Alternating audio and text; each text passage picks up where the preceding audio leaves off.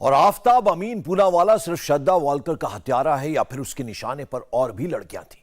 आफताब की नई गर्लफ्रेंड ने पुलिस के सामने बयान रिकॉर्ड करवाया है। श्रद्धा के मर्डर के बाद आफताब का एक और अफेयर शुरू हो चुका था। हत्या के महज 12 दिन बाद आफताब ने अपना अगला टारगेट ढूंढ लिया था। डेटिंग ऐप वही था, तरीका वही था, बस चेहरा नया था। सोचिए, घर में श्रद्धा की लाश के टुकड़े छिपा कर रखे गए थे और उसी फ्लैट में आफताब ने नई गर्लफ्रेंड को बुलाया। उस लड़की को उस वक्त कुछ अंदाजा नहीं था। सोचिए, वो लड़की पेशे से एक मनोचिकित्सक है, लेकिन उसे भी इस साइको किलर ने धोखा दे दिया। जब उसने आफताब का चेहरा टेलीविजन पर देखा तो उसके पैरों तले जमीन खिसक गई।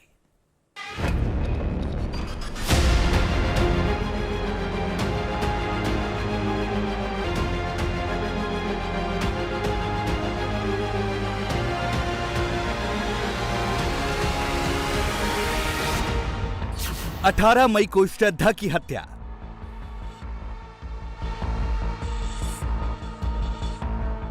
तीस मई को नई गर्लफ्रेंड बनाई।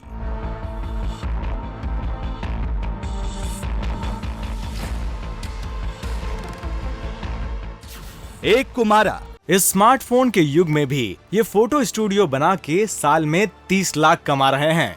आपको भी ये कमाना है, उनसे सीखना है तो फ्रीडम ऐप को अभी डाउनलोड कीजिए। और दूसरे को फंसाया।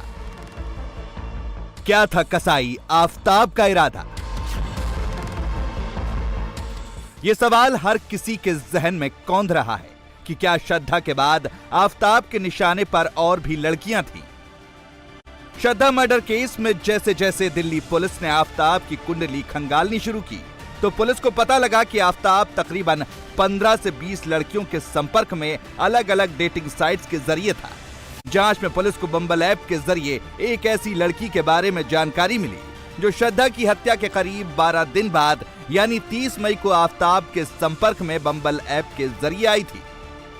श्रद्धा की हत्या करने के करीब 12 दिन बाद आफताब ने डेटिंग ऐप के जरिए एक और गर्लफ्रेंड बनाई। ये गर्लफ्रेंड उसके संपर्क में 30 मई को आई और साथ ही 12 अक्टूबर को आफताब इस अपनी नई गर्लफ्रेंड को, जो पेशे से एक डॉक्टर है, साइकेट्रिस्ट है, उसे अपने छतरपुर के फ्लैट पर बुलाता है।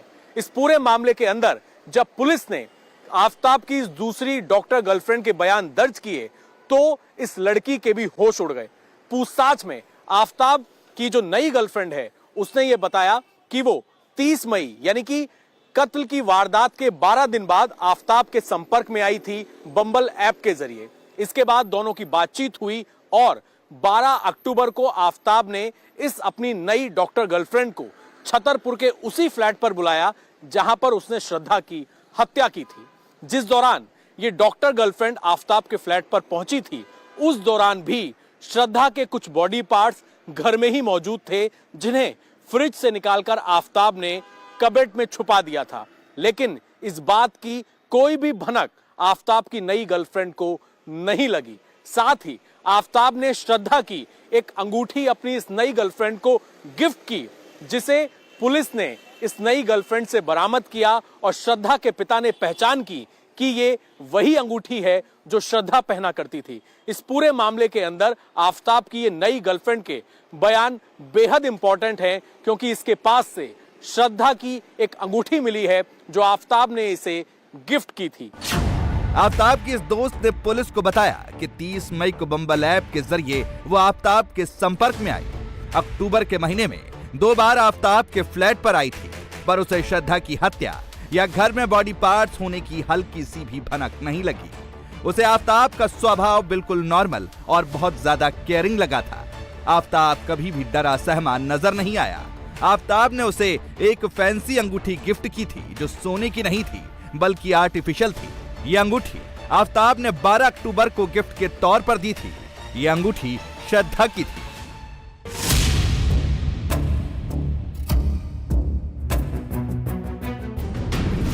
आफताब ने जिस तरह से श्रद्धा की हत्या करके उसकी बॉडी के टुकड़े टुकड़े करके जंगल में फेंक दिए थे, ये खबर सुनकर जैसे आज देश भर में हर कोई हैरान है। तो जरा सोचिए, इस दर्दनाक हत्याकांड के कुछ ही समय बाद आफताब के संपर्क में आई उसकी नई गर्लफ्रेंड, जो कत्ल के बाद आफताब के साथ छतरपुर के उसी फ्लैट में मिलने आती थी, इस बात से बेखबर कि इसी फ्लैट में आफताब ने श्रद्धा की न केवल हत्या की बल्कि श्रद्धा की बॉडी के कुछ पार्ट्स आफताब ने छिपाकर रखे हुए थे, जिससे वो अनजान थी।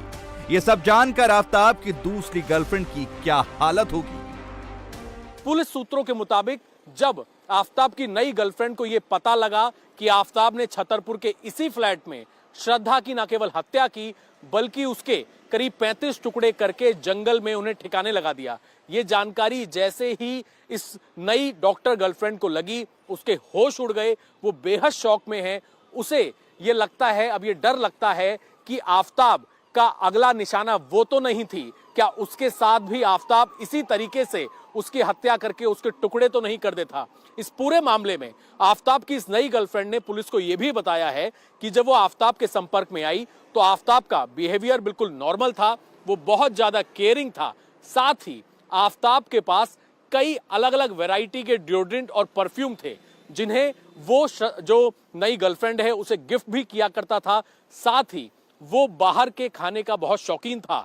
अलग अलग रेस्टोरेंट से खास तौर पर वो नॉनवेज ऑर्डर किया करता था। और जिस तरीके से बड़े बड़े होटलों में शेफ खाने को डेकोरेट करते हैं, इस बारे में भी वो अपनी नई गर्लफ्रेंड से काफी ज्यादा जिक्र करता था। यही नहीं, वो सितंबर के महीने में मुंबई गया था और इस बात की जानकारी भी उसने अपनी नई गर्लफ्रेंड को दी थी।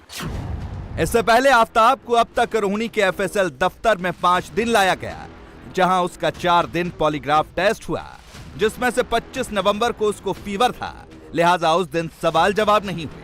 अब आफताब का पॉलीग्राफ टेस्ट कंप्लीट हो चुका है और अब 1 दिसंबर को आफताब का नार्को टेस्ट होगा। श्रद्धा मर्डर केस में आरोपी आफताब ने पॉलीग्राफी टेस्ट में भी अपना गुनाह कबूल कर लिया है। आफताब ने पॉलीग्राफी टेस्ट में माना है कि उसने श्रद्धा की हत्या की, लेकिन आफताब को श्रद्धा की हत्या करने का कोई अफसोस नहीं है। आफताब का पॉलीग्राफ टेस्ट करने वाले फॉरेंसिक अधिकारियों के हवाले से यह जानकारी सामने आई। आफताब ने कई लड़कियों से संबंध होने की बात भी कबूल की है। इतना ही नहीं, पॉलीग्राफी टेस्ट के दौरान उसने ये भी मान लिया कि श्रद्धा की हत्या के बाद शव के टुकड़े जंगल में फेंके थे। आफताब का पॉलीग्राफी टेस्ट पूरा हो चुका है और अब 1 दिसंबर को दिल्ली के अंबेडकर अस्पताल में आफताब का नार्को टेस्ट कराया जाएगा। इसी दौरान एफएसएल यानी कि फॉरेंसिक साइंस लैब के सूत्रों ने इस बात का दावा किया है कि पूछताछ के दौरान आफताब ने इस बात को कबूल किया है कि उसने न केवल श्रद्धा की हत्या की बल्कि उसके टुकड़ों को मेहरौली छतरपुर के जंगलों में ठिकाने भी लगा दिया। एफएसएल के सूत्रों के मुताबिक जितने भी सवाल आफताब से किए गए वो बेहद कॉन्फिडेंट होकर सभी सवालों के जवाब हाँ में दे रहा है। और जिस तरीके से पॉलीग्राफी टेस्ट में सिग्नल आता है कि अगर आरोपी यानी कि आफताब सच बोल रहा है तो ग्रीन सिग्नल होता है, ज्यादातर जवाबों में ग्रीन सिग्नल ही आफताब के जवाबों में एफएसएल के जो अधिकारी हैं उन्हें मिला है। इसी तरीके के बयान आफताब ने पुलिस को भी दिए थे। उसने पुलिस के सामने भी इस बात को कबूला था कि उसने श्रद्धा की न केवल 18 मई को हत्या की बल्कि उसके बाद उसके टुकड़े टुकड़े करके उन्हें ठिकाने लगा दिया। इस पूरे मामले में अब नार्को टेस्ट बेहद इंपॉर्टेंट है, क्योंकि 1 दिसंबर को जो नार्को टेस्ट होगा और अगर नार्को टेस्ट के दौरान आफताब कोई ऐसी बात बताता है कि उसने श्रद्धा के सिर के हिस्से या किसी भी और बॉडी पार्ट या हथियार जो अब तक रिकवर नहीं हो पाया है, अगर उसके बारे में जानकारी देता है और उसी हिसाब से पुलिस नार्को टेस्ट की निशानदेही पर ही उस जगह से अगर कुछ और रिकवरी करती है तो कोर्ट के अंदर यह आफताब के खिलाफ बेहद अहम सबूत होगा और आफताब को कड़ी सजा दिलाने में पुलिस को नार्को टेस्ट के जरिए काफी मदद मिलेगी। श्रद्धा मर्डर केस में अभी भी कई ऐसे सवाल हैं जिनके जवाब मिलना बाकी है। श्रद्धा का सिर कहां फेंका? श्रद्धा के शव के बाकी हिस्से कहां हैं? श्रद्धा का मोबाइल कहां है? मर्डर के वक्त श्रद्धा के पहने हुए कपड़े कहां हैं? जहां एक और पुलिस कुछ अनसुलझे सवालों के जवाब तलाश रही है, वहीं दूसरी ओर अभी तक पुलिस को कुछ बड़ी सफलताएं भी मिली हैं। श्रद्धा मर्डर केस में पुलिस ने आफताब की निशानदेही पर 13 बॉडी पार्ट्स बरामद किए हैं। मेहरौली के जंगल में पुलिस को एक जबड़ा भी मिला है। आफताब के फ्लैट से खून के धब्बे मिले हैं। रसोई बेडरूम से ये धब्बे बरामद किए गए। गुरुग्राम से भी पुलिस ने कुछ बॉडी पार्ट्स बरामद किए। आफताब और श्रद्धा के कुछ कपड़े भी पुलिस को मिले हैं। पुलिस ने फ्लैट और जंगल से कुछ हथियार भी बरामद किए हैं, जिन्हें जांच के लिए CFSL भेजा है। रिपोर्ट के बाद ही पता लगेगा कि किस हथियार का इस्तेमाल इस वारदात में किया गया है। दिल्ली पुलिस के सूत्रों के मुताबिक श्रद्धा आफताब से ब्रेकअप करना चाहती थी। ये बात आफताब को नागवार गुजरी और उसने बेरहमी से श्रद्धा की हत्या कर दी। श्रद्धा आफताब के रवैये और मारपीट से तंग आ चुकी थी। 3 से 4 मई को श्रद्धा ने अलग होने का फैसला भी कर लिया था, लेकिन आफताब को ये बात पसंद नहीं आई। इस स्मार्टफोन के युग में भी ये फोटो स्टूडियो बना के साल में 30 लाख कमा रहे हैं। आपको भी ये कमाना है, उनसे सीखना है तो फ्रीडम ऐप को अभी डाउनलोड कीजिए। और उसने श्रद्धा की हत्या कर दी। हालांकि इससे पहले आफताब ने पूछताछ में बताया था कि श्रद्धा उस पर शादी का दबाव डाल रही थी। ऐसे में उसने श्रद्धा की हत्या कर दी। वहीं अब 1 दिसंबर को आफताब का नार्को टेस्ट होना है, जिसकी इजाजत साकेत कोर्ट से दिल्ली पुलिस को मिल चुकी है, जिसके बाद अब दिल्ली के अंबेडकर अस्पताल में आफताब का नार्को टेस्ट कराया जाएगा। तिहाड़ जेल के सूत्रों के मुताबिक 1 दिसंबर को आफताब का सुबह मेडिकल टेस्ट होगा। उसके बाद तिहाड़ जेल से दिल्ली पुलिस की 3री बटालियन आफताब को लेकर सुबह तकरीबन 7:30 बजे अंबेडकर अस्पताल लेकर जाएगी। आफताब को 1 दिसंबर की सुबह 9 बजे अंबेडकर अस्पताल में पेश होना है। अस्पताल पहुंचने पर सबसे पहले आफताब का मेडिकल टेस्ट होगा, जहां पर शरीर के सभी पैरामीटर चेक किए जाएंगे। 1 दिसंबर को सुबह 10 बजे से आफताब का नार्को टेस्ट शुरू होगा।